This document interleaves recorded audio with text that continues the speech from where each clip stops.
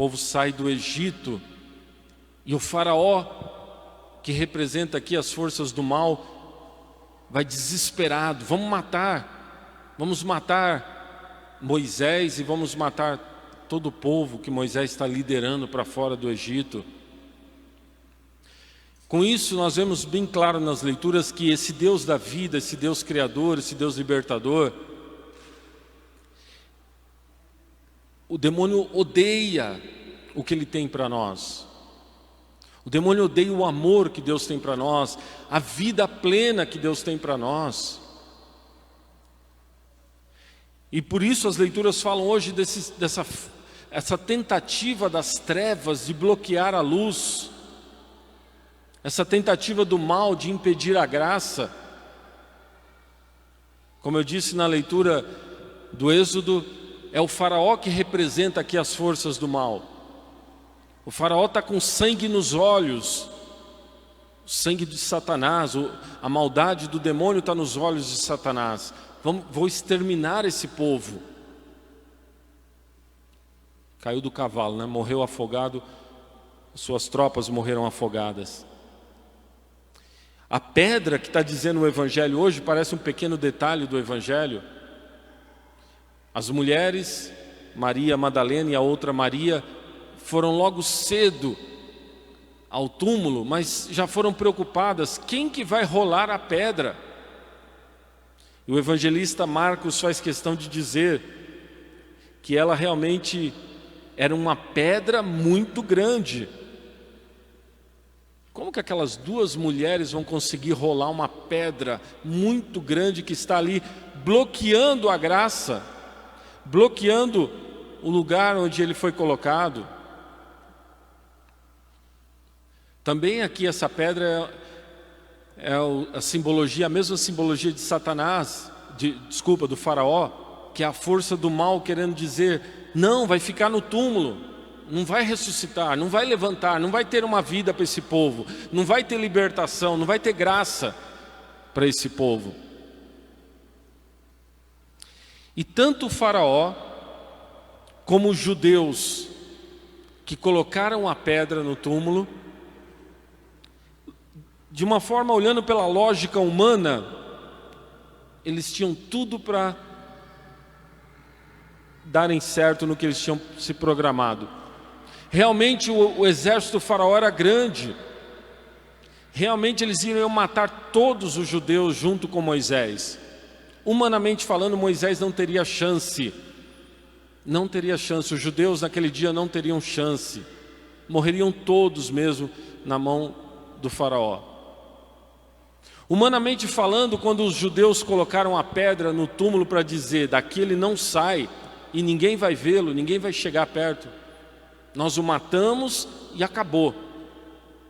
Humanamente falando, os judeus iriam realmente suceder nesse intento, ter sucesso nesse intento.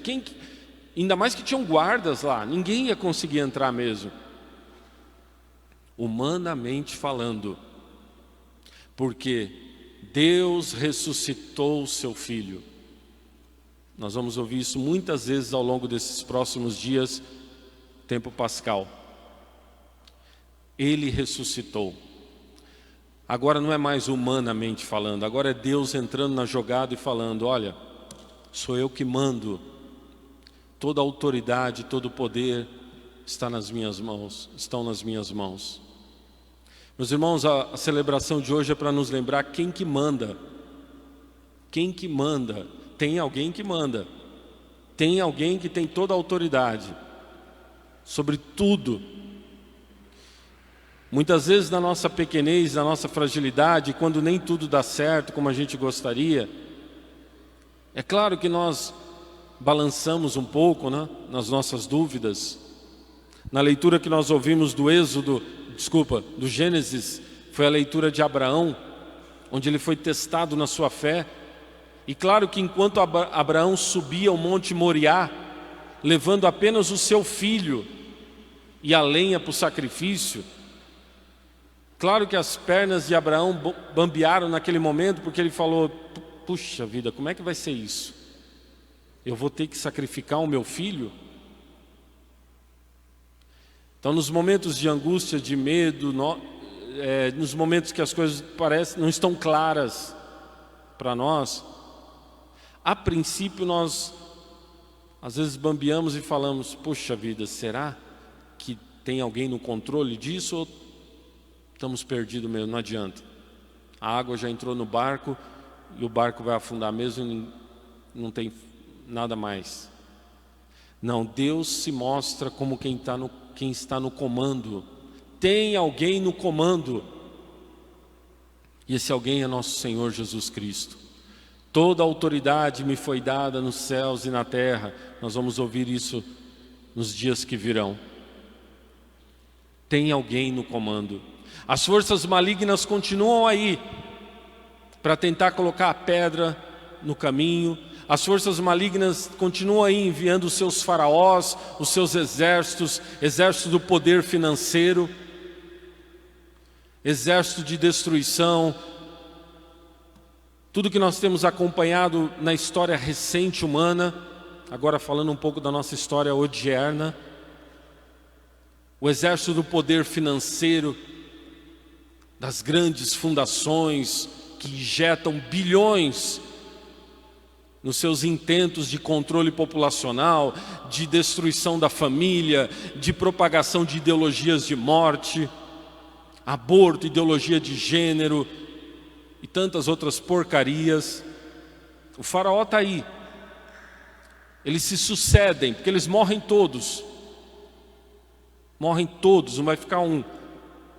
Mas eles vão se sucedendo, atacando a família, atacando as crianças, atacando a vida, atacando a fé, colocando pedras no caminho, tentando atrapalhar-nos para chegar até Jesus.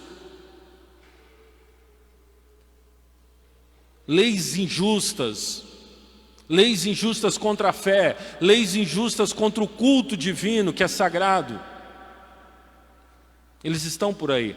Os judeus e faraós de morte estão por aí. Eles vão continuar tentando nos oprimir.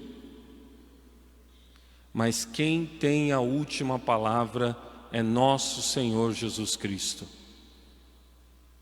Quem tem a última palavra é o ressuscitado.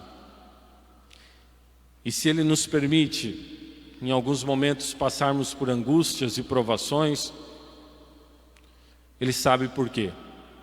No final das contas é para que um dia também nós sejamos vitoriosos com Ele.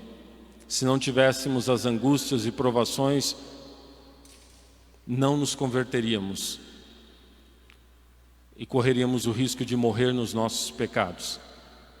Mas no final das contas, o ressuscitado é que tem a última palavra. E é Ele que nos dá vida e vida nova e vida em abundância. E não existe nenhum poder capaz de bloquear e fechar isso. Não existe nenhum poder. A história da igreja mostra isso para nós. Povos que passaram por perseguições atrozes. Nunca a chama da fé se apagou. E olha que eu estou falando de perseguições atrozes. Nós brasileiros mal sabemos o que é perseguição contra a fé. Mal sabemos. Esse ano agora, de um ano para cá, nós começamos a experimentar um pouquinho assim, ó. Isso. Atualmente lá na Nigéria, os católicos estão indo celebrar as missas escondidos, correndo o risco de serem degolados, e estão indo. Isso sim é fé. Nós brasileiros mal sabemos o que é uma perseguição contra a fé. Os ucranianos sob o regime comunista não podiam ir rezar nas igrejas, iam escondidos, se mantinham fiéis. E os exemplos aqui iriam longe. Ucranianos, chineses, o Irã. O cristianismo está explodindo no Irã. País muçulmano bem fechado, que não permite. Os cristãos até podem viver lá, mas cidadãos de segunda, terceira classe. E a fé está aumentando no Irã. A perseguição é cruel E está aumentando, batizados após batizados. Para não me prolongar muito, meus irmãos, não existe nenhuma pedra, não existe nenhum exército, não existe fortuna, seja ela quanto for em dólar, bilhões e bilhões, não existe nada que pode apagar a luz de Cristo. Não existe. No final das contas, Jesus Cristo ressuscitado é o Senhor da história, tem a última palavra e salva todos os seus.